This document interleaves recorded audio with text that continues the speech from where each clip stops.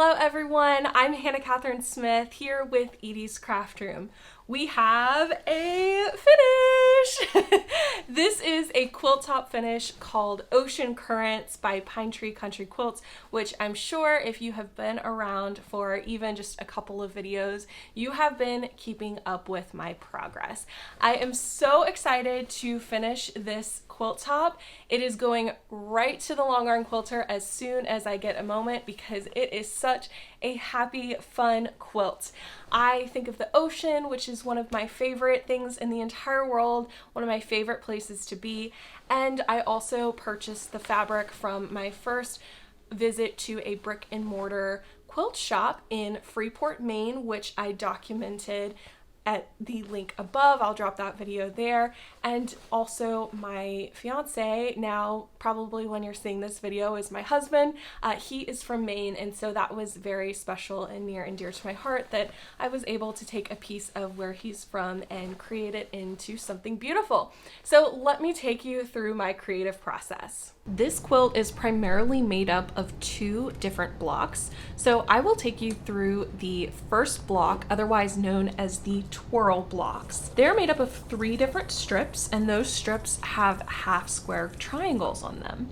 So as you see, after you cut your different strips to make these Twirl blocks, you are just sewing 2.5 inch squares on either side of all three of these strips, and you will see me do that over and over again. Essentially, it is the same process, except for one of them, which you can see here, where your 2.5 inch square doesn't quite match the size of your rectangle. That's okay, you want to still stitch through that. It caught me off guard, and so that's why I wanted to share that that is in fact part of the pattern. It helps make those points on the edges of the twirl. It probably doesn't make any sense right now just seeing that, but I promise you it does all come together. So I just chain pieced each of my strips with those 2.5 inch squares, and then of course you will want to press them open and then trim the fabric on the back just to get rid of any extra bulk. Also, for anyone who's curious, one of my favorite tools for splitting up those chain pieced pieces is actually a wrapping paper cutter. I think this is actually from Scotch, like the brand that makes the tape. I got it years ago and it has been one of my most used sewing notions. Now, as before, I am working with the next strip. This one is my background fabric and I am attaching some more squares to it. And of course, pressing and trimming just as before. And last but not least, I am making my final strip that makes up this twirl block, adding my squares to the ends of the rectangle, and then pressing and trimming as with the other two.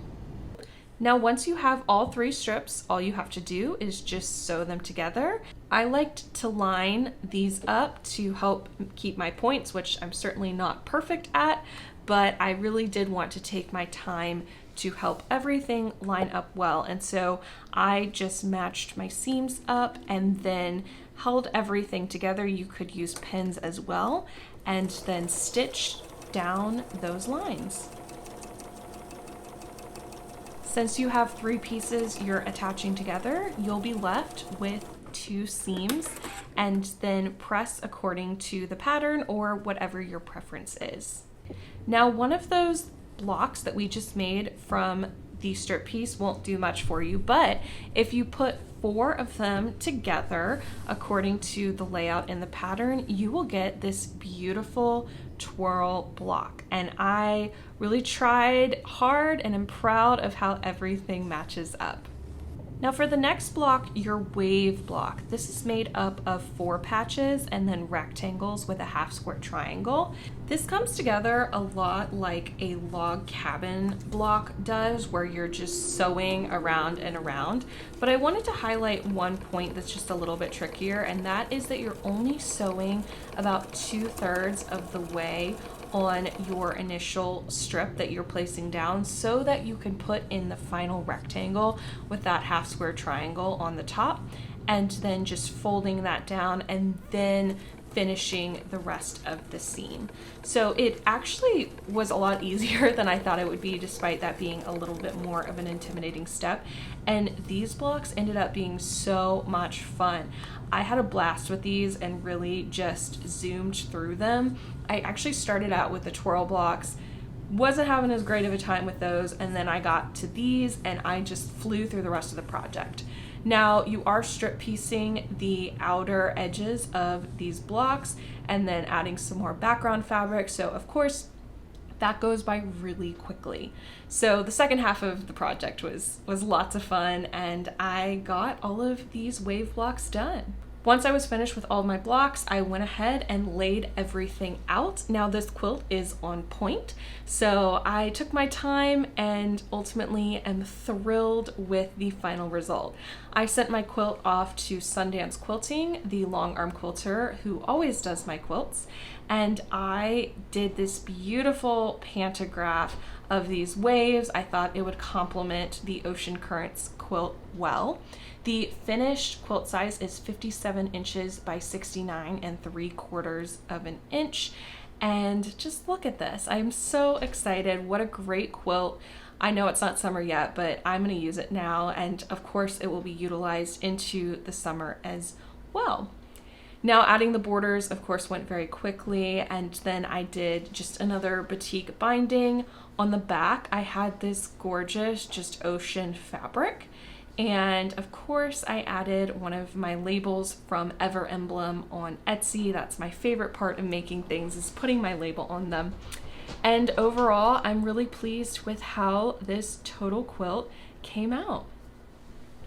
Thank you as always for joining me along my crafting journey. I hope that this video inspires you to do some of your own creative work. If you haven't already, please subscribe to the channel so you don't miss future videos. And my favorite part of the YouTube community is if you can leave your comments below. I would love to hear from you and engage with you there. Thank you so much, and I will see you next time. Bye-bye.